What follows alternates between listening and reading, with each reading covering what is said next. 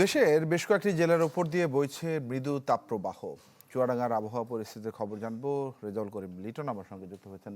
লিটন, চুয়াডাঙ্গার আবহাওয়া পরিস্থিতি কেমন? গেল কয়েকদিন ধরে মৃদু তাপপ্রবাহ বইছে আমরা বলছি, এবং এই সময় আমের একটি ফলন রয়েছে, সেই ক্ষেত্রে কোনো আসলে প্রভাব পড়ছে কিনা?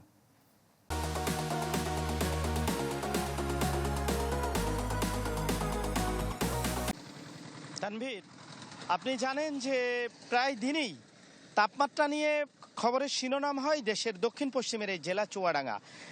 কারণ প্রায় দিনই দেশের সর্বোচ্চ তাপমাত্রা বিরাজ করে চুয়াডাঙ্গাতে। এর ভৌগোলিক ব্যাখ্যা দিয়েছেন আবহাওয়াবিদরা যে এই জেলার উপর দিয়ে কর্কট ক্রান্তি রেখা বয়ে গেছে।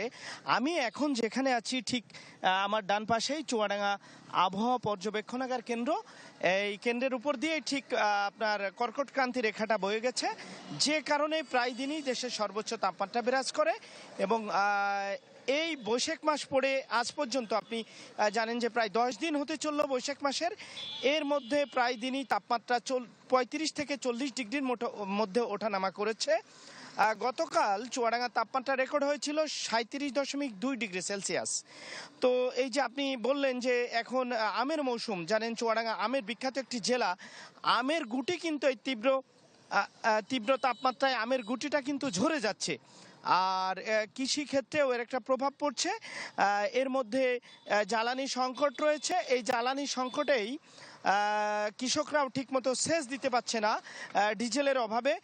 তো সব মিলিয়ে সামনেই আবহাওয়া অফিস, চুয়াডাঙ্গার আবহাওয়া পর্যবেক্ষণাগার কেন্দ্র। আর এই সাধারণ মানুষের জনজীবনেও কিন্তু একটু অস্বস্তি রয়েছে, কারণ তাপমাত্রার সাথে বাতাসের আর্দ্রতাও বেশি রয়েছে। গতকাল 70% ছিল বাতাসের আর্দ্রতা, যে কারণে ভ্যাপসা গরম।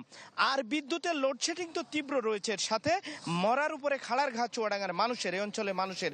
তো আবহাওয়া অফিস বলছে, এই আবহাওয়া পর্যবেক্ষণাগারের ইনচার্জ জামিনুর রহমান জানিয়েছেন যে আগামী 2 দিন চুয়াডাঙ্গার তাপমাত্রা এরকম থাকবে। তারপরে একটু বৃষ্টির দেখা মিলতে পারে, তখন তাপমাত্রা কমে যাবে।